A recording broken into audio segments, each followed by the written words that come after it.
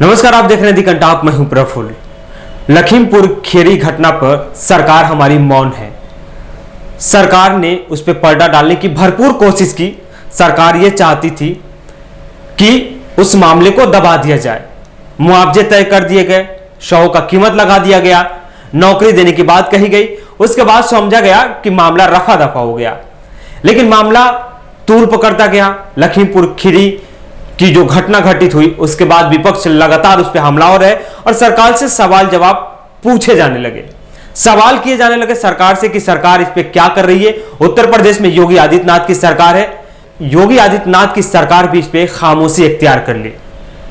आरोपियों की गिरफ्तारी के लिए सरकार को जो पहल करनी चाहिए थी वो नहीं कर पाई। उसके बाद सुप्रीम कोर्ट पे इस पे संज्ञान लेना पड़ गया।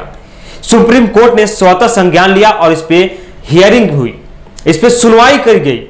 सुनवाई में क्या हुआ वो चीजें मैं आपको बताता हूं। उसके बाद यह भी बताऊंगा कि लखीमपुर खीरी की घटना में आए दिन कुछ ना कुछ नया खुलासा हो रहा है। हर रोज आप नई वीडियो देख रहे होंगे जिसमें कुछ ना कुछ खुलासा किया जा रहा है, अपराधियों की पहचान हो जा रही है कि कौन कौन लोग इसमें शामिल हैं। तो खैर, पहले हम बात कर लेते हैं सुप्रीम कोर्ट के हवाले पे सुप्रीम कोर्ट ने क्या कहा है। आज सुप्रीम कोर्ट में सुनवाई थी। सुप्रीम कोर्ट ने स्वतः संज्ञान लिया और उन्होंने सुनवाई के लिए खुद ही सुप्रीम कोर्ट ने 3 सदस्यीय पीठ बनाई, यानी चीफ जस्टिस, उनके साथ 2 और जज हैं जिनका मैं नाम लूंगा। मुख्य न्यायाधीश रमना के नेतृत्व वाली पीठ ने उत्तर प्रदेश सरकार से मामले की जा रही न्यायिक जांच का विवरण भी देने को कहा। सुप्रीम कोर्ट ने इस मामले को पूरा संज्ञान में लेते हुए उत्तर प्रदेश सरकार से यह पूछा कि अभी तक इसमें क्या क्या हुआ है, क्या जांच किए गए हैं, कितने लोग की गिरफ्तारी हुई है, एफआईआर कितने लोगों पे किए गए हैं, इनके जितने भी रिपोर्ट है हमें जल्दी से जल्दी सबमिट कीजिए। सुप्रीम कोर्ट ने, यानी एक तरह से कहा जाए कि योगी आदित्यनाथ की कार्य प्रणाली या कार्यशैली को कटघरे में खड़ा कर दिया। योगी आदित्यनाथ को घुटने पे टेकने पे मजबूर कर दिया कि आप जितनी जल्दी हो सके, यानी कल तक का समय है आपके पास, ये सारी की सारी रिपोर्ट फाइल हमारे दफ्तर में आ जाने चाहिए, हमारे टेबल पे आ जाने चाहिए कि आपने अभी तक इस घटना में क्या किया है। मुख्य न्यायाधीश रमना के नेतृत्व वाली पीठ ने सरकार से जांच का विवरण तो मांगा ही। कोर्ट ने उत्तर प्रदेश सरकार को हादसे में मारे गए युवक की मां को चिकित्सा के लिए सहायता देने के भी निर्देश दिए, यानी जिसकी हत्या हुई, जिसकी को मौत के घाट उतार दिया गया, उसके मां के इलाज के लिए भी सुप्रीम कोर्ट ने निर्देश दिया कि उत्तर प्रदेश सरकार कुछ करे। लखीमपुर खीरी घटना की जांच के लिए एक सदस्यीय आयोग का भी गठन किया गया है। उस अधिकारियों को कहा गया है कि आयोग के गठन के लिए एक अधिसूचना जारी कर दी गई है। आयोग को मामले की जांच के लिए 2 महीने का समय दिया गया है, यानी 2 महीने के अंदर अंदर आपको जांच रिपोर्ट सौंप देनी है। कमीशन में इलाहाबाद हाई कोर्ट के रिटायर्ड जज प्रदीप कुमार श्रीवास्तव शामिल हैं। यानी बार बार यह कहा जा रहा था कि इसकी स्वतंत्र पीठ बननी चाहिए और एक रिटायर्ड जज से ही इसकी जांच करवानी चाहिए। इस बात को संज्ञान में लेते हुए सुप्रीम कोर्ट ने इलाहाबाद हाई कोर्ट के रिटायर्ड जज प्रदीप कुमार श्रीवास्तव को इस आयोग में शामिल कर लिया गया है। चलिए, उसके बाद अब आप आते हैं मेन मुद्दे पे जिस की बात मैं कर रहा था। यह तो रहा अभी तक का अपडेट कि इस मामले में सुप्रीम कोर्ट की जब खरी खोटी उत्तर प्रदेश सरकार को सुनाई जाती है तो मामला थोड़ा सा और गंभीरता पूर्वक लिया जाता है। सरकार इस पे जाग जाती है, सरकार की आंखों से पर्दा हट जाता है और गिरफ्तारी शुरू हो जाती है। अभी तक के रिपोर्ट के अनुसार 3 लोगों की गिरफ्तारी हुई है, 15 लोग पे एफआईआर दर्ज हुए हैं और पुलिस का कहना है और जांच वहां के सूत्रों के हवाले से खबर दिया जा रहा है कि इसमें पुलिस लगातार आशीष मिश्रा या मोनू टेनी के खिलाफ जो एफआईआर दर्ज हुई है उसके आधार पर उनकी गिरफ्तारी के लिए छापेमारी कर रही है। यानी आशीष मिश्रा की तलाशी जारी है कि वो कहां है, उनकी गिरफ्तारी के लिए। उससे पहले 3 कौन कौन लोग हैं जिनको हिरासत में लिया गया है, लौ है, कुश और आशीष पांडे, ये 3 लोगों को गिरफ्तार कर लिया गया है। एक ट्विटर पे एक वीडियो शेयर किया गया है, वीडियो को थोड़ा गौर से सुनिएगा।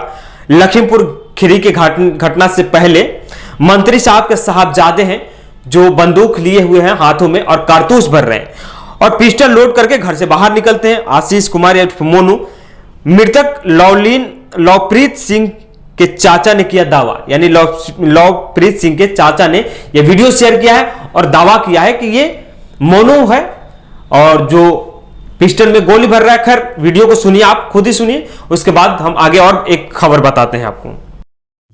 वो कह रहे हैं कि है नहीं, थे नहीं, लोडिंग करते हुए की वीडियो है। दोबारा प्ले कर दीजिए, रुक गया वीडियो।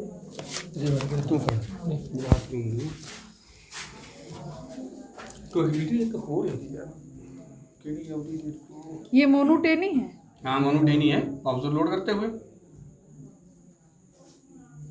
खुद पर अपनी टीम को लेके जा रहे हैं। ये देखिए यहाँ के जो कि लवप्रीत के चाचा हैं वो बता रहे हैं कि मोनू टेनी जो कि पिस्टल लोड कर रहे हैं। हाँ?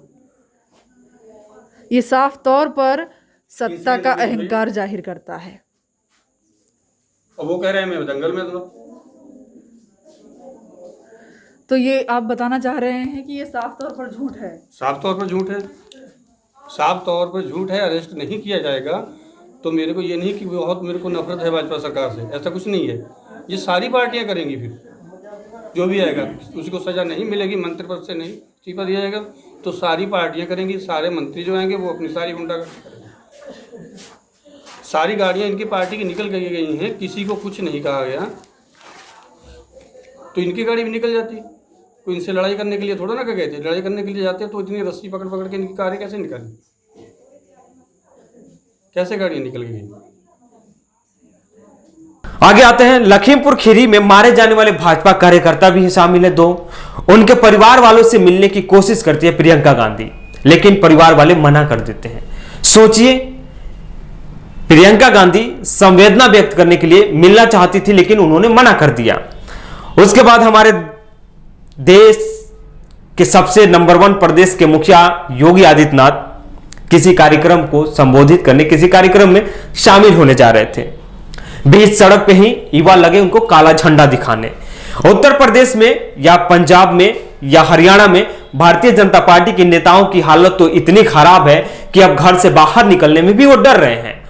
और यही उत्तर प्रदेश में भी है, सांसद हो, विधायक हैं, मंत्री जी हो, अगर वो कहीं निकल गए तो लोग विरोध प्रदर्शन करना शुरू कर दे रहे हैं। अगर कहीं उनका कोई कार्यक्रम हो, लोग विरोध करना शुरू कर दे रहे हैं। और यही काम आज फिर योगी आदित्यनाथ के काफिले के साथ हुआ। कुछ युवा वहां पे काले झंडे दिखाते हुए आपको नजर आ रहे हैं, लेकिन उनको गिरफ्तार कर लिया गया है। भले ही मोनू मिश्रा या आशीष मिश्रा या कहें तो अजय मिश्रा से इस्तीफा नहीं मांगा गया, उनकी गिरफ्तारी नहीं की गई, लेकिन इन लड़कों को गिरफ्तार करने में पुलिस कोई कसर नहीं छोड़ती है, क्योंकि उत्तर प्रदेश पुलिस की कार्यशैली है सरकार का आदेश का पालन करना, सरकारी हुक्म पर चलना, सरकारी हुक्म बजाना, सरकारी घंटियों पे दौड़े चले जाना।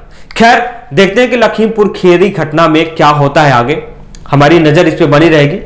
और आपको भी अगर कोई इस पे नया अपडेट मिलता है, आपको कोई इस बात की जानकारी मिलती है तो आप हमें शेयर जरूर कर सकते हैं। हम अगर हमारे चैनल को अभी तक लाइक शेयर सब्सक्राइब नहीं किए हैं तो यूट्यूब पे अगर देख रहे हैं तो लाइक कीजिए, सब्सक्राइब कीजिए, शेयर कीजिए और बेल आइकन दबाइए। अगर फेसबुक पे देख रहे हैं तो हमें फॉलो जरूर कीजिए।